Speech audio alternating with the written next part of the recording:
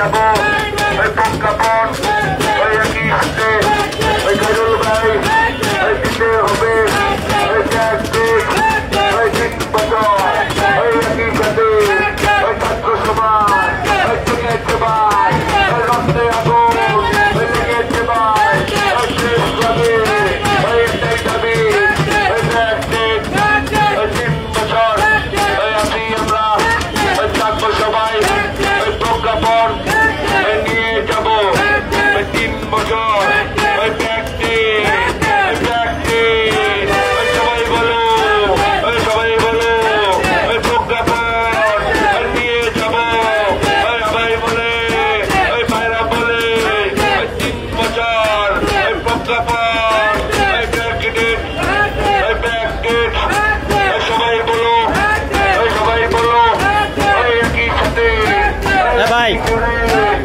ভাই আপনি সরেন আমাদের কোনো দাবি আছে আরো জোরে আরো জোরে আমাদের কোনো দাবি আছে আপনার ভাইয়ের কোনো দাবি আছে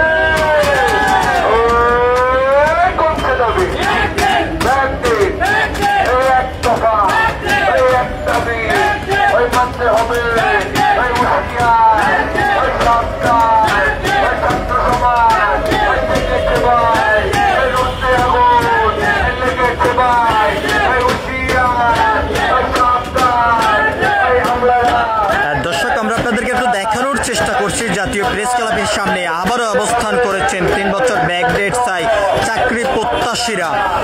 যদি এর আগে তারা প্রায় দীর্ঘ 1.5 মাস পর্যন্ত জাতীয় প্রেস ক্লাবের সামনে অবস্থান করে 3 বছর ব্যাকডেটসে বিক্ষোভ কর্মসূচি চালিয়ে গিয়েছেন, মাঝপথে সেই আন্দোলন থেকে সরে যাওয়ার পরে আবারও তারা অবস্থান করেছেন জাতীয় প্রেস ক্লাবের সামনে দীর্ঘ 7 দিন পর্যন্ত অবস্থান করে 3 বছর ব্যাকডেট চাই এমন স্লোগান দিয়ে যাচ্ছেন বর্তমানে তারা। আমরা আপনাদেরকে সেই চিত্রটি সরাসরি দেখানোর চেষ্টা করছি। এখান থেকে বিক্ষোভকারীরা যেমনটি বলছেন যত সময় পর্যন্ত অন্তর্বর্তীকালীন সরকার তাদের দাবি বাস্তবায়ন না করবেন তত সময় পর্যন্ত তাদের এই বিক্ষোভ কর্মসূচি চলমান থাকবে বলে তারা জানিয়েছেন।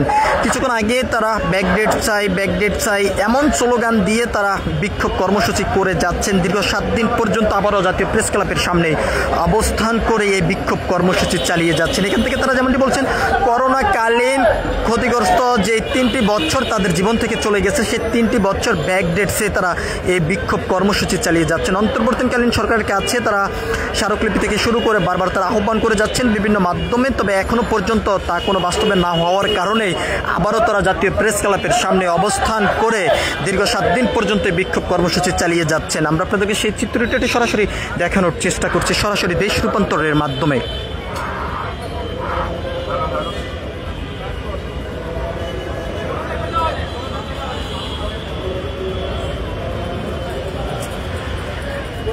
এর আগে তারা দীর্ঘ 1.5 মাস পর্যন্ত জাতীয় প্রেস ক্লাবের সামনে অবস্থান করে বিক্ষোভ কর্মসূচি করে গিয়েছেন। যমুনা অভিমুখে বিক্ষোভ মিছিল নিয়ে যমুনা ঘেরাও থেকে শুরু করে সচিবালয় অভিমুখে বিক্ষোভ মিছিল নিয়ে সচিবালয় ঘেরাও করে তাদের দাবি নিয়ে তারা বিক্ষোভ কর্মসূচি চালিয়ে গিয়েছেন। মাঝপথে তারা হঠাৎ করে আন্দোলন থেকে সরে গিয়ে আবারও তারা রাজপথে অবস্থান করে দীর্ঘ 7 দিন পর্যন্ত জাতীয় প্রেস ক্লাবের সামনে বিক্ষোভ কর্মসূচি চালিয়ে যাচ্ছেন।